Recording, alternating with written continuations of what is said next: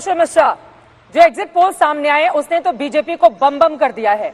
सुबह सुबह मिठाइयां तो बीजेपी दफ्तर नहीं पहुंच रही हैं। क्या है स्थिति बीजेपी के दिल्ली मुख्यालय की?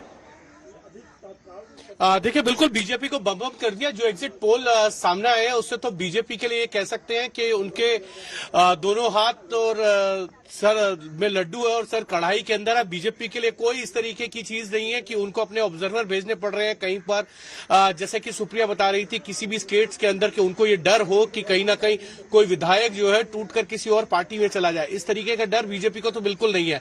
और बीजेपी दफ्तर के अंदर मैं कहूंगा, तो अपने कैमरामैन से कहूंगा जरा दिखाएं, यहाँ पर तैयारियां कर दी गई हैं, मीडिया के लिए भी तैयारियां कर दी गई और पूरी तरीके से बीजेपी दफ्तर को जो है वो तैयार किया गया है।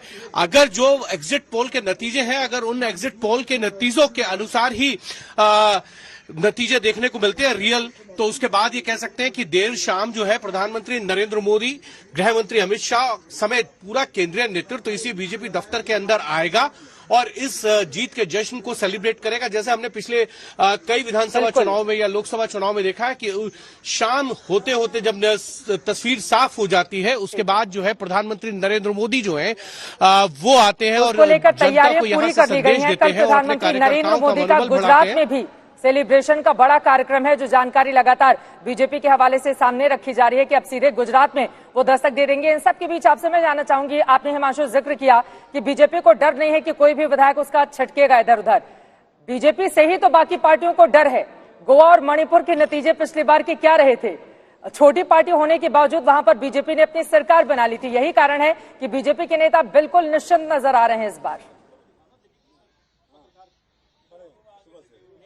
देखिए, बिल्कुल बीजेपी के नेता हर समय मिशन मूड पे नजर आते हैं और बीजेपी हमेशा जो है चुनावी मूड में नजर आएगी, चाहे चुनाव चल रहे हो या नहीं चल रहे हो। आप देखिए कि गुजरात और हिमाचल के चुनाव जो है इस साल के अंत के अंदर होने हैं, नवंबर में, लेकिन आज चुनाव के नतीजे आएंगे और कल प्रधानमंत्री नरेंद्र मोदी जो है वो अहमदाबाद जाकर वहां मेगा शो करने वाले। तो एक तरीके से बीजेपी एक चुनाव खत्म होता है तो दूसरे चुनाव की तैयारी में जुट जाती है और यही कारण है कि 2017 के अंदर जब कांग्रेस को लग रहा था कि वो मणिपुर के अंदर 29 सीटें जीतकर जो है वो सरकार बना लेगी, उनको सहयोगी अन्य छोटे जो दल हैं एनपीपी या एनपीएफ, उनका सहयोग मिलेगा, लेकिन ऐसा नहीं हुआ। देर शाम ही बीजेपी ने पिक्चर क्लियर कर दी। वहां राम माधव पीयूष गोयल गए और उन्होंने जो है एनपीपी और एनपीएफ के साथ जाकर जो है उनको अपने साथ लिया और सरकार बनाने का दावा कर दिया। उसके बाद लगातार देखिए कि 5 साल के अंदर कांग्रेस के लगातार विधायक जो छोड़ते चले गए। गोवा के अंदर भी यही सिचुएशन है।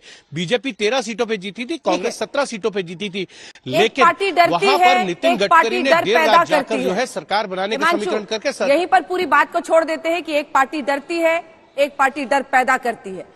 लिए चलते हैं आपको एक बार फिर से कुमार अभिषेक के बाद, जो लखनऊ से हमारे साथ जुड़े हुए। कुमार अभिषेक, अखिलेश यादव ने खास तौर पर कहा था कि समाजवादी पार्टी के कार्यकर्ता सतर्क रहे और हमने तस्वीरें भी देखी कि उसके बाद से अलग अलग जगहों पर जाकर समाजवादी पार्टी के कार्यकर्ता बूथ के बाहर मौजूद थे। आज जबरदस्त दिन होगा हर बूथ पर, क्योंकि जिस तरह से सब कुछ लेंस के नीचे इस वक्त उत्तर प्रदेश में हो रहा है, हाई वोल्टेज। अभिषेक,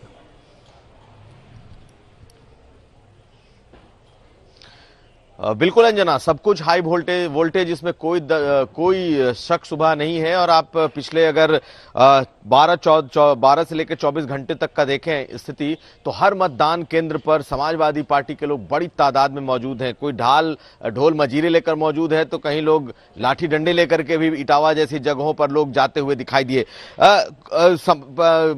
जो प्रशासन है उसने भी अपनी तरफ से तैयारियां कर रखी हैं। तो जो काउंटिंग सेंटर है वहां पर सबसे ज्यादा इस वक्त तनाव का माहौल होगा, क्योंकि दोनों पार्टियों ने अपने अपने जीत के दावे कर रखे हैं और सबसे ज्यादा अगर कोई इस वक्त बढ़ चढ़कर दावे कर रहा है तो वो समाजवादी पार्टी है। उसे लगता नहीं है कि जो एग्जिट पोल में नतीजे दिखाए जा रहे हैं, जो एग्जिट पोल के रुझान या नतीजे दिखाए जा रहे हैं, वो कहीं से सही है। ऐसे में उनके तमाम लोगों ने पूरे जो मतदान केंद्र है वहां पर मुस्तैदी से अपनी जगह ले रखी है और सभी 75 मतदान केंद्रों पर लगभग यही स्थिति है, क्योंकि अखिलेश यादव ने एक तरीके से आह्वान कर दिया था कि ये लोकतंत्र बचाने का आखिरी मौका है और उसके बाद से उनके कार्यकर्ता हर मतदान केंद्र पर हैं। लेकिन थोड़ी जानकारी आपको दे दूं कि बीजेपी दफ्तर में यहां पर कोई तैयारी नहीं है फिलहाल, जब तक रुझान नहीं आते। मुख्यमंत्री आवास में योगी आदित्यनाथ हैं, अखिलेश यादव अपने घर पर हैं।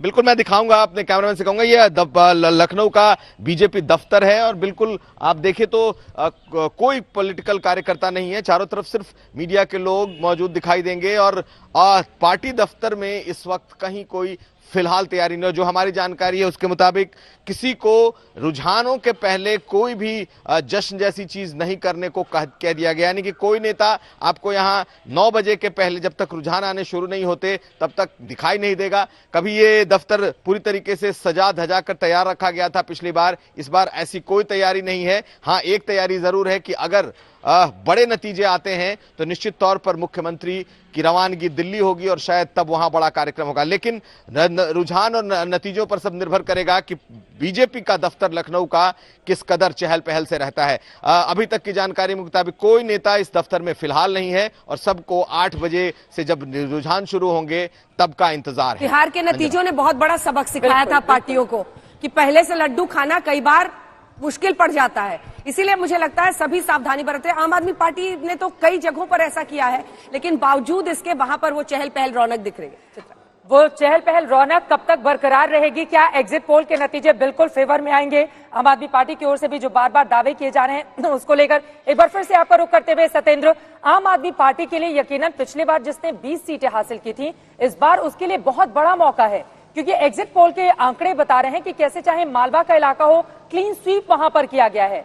फिलहाल भगवंत मान कहां हैं, मीडिया के सामने वो कब आएंगे, उन लोगों की क्या तैयारी है, इस बारे में कोई भी जानकारी मिल पा रही है क्या? देखिए, पूरी जानकारी मिल रही है। मैं आपको बता रहा हूं कि नवजोत सिंह सिद्धू ने शाम 5 बजे विधायक दल की मीटिंग बुलाई है।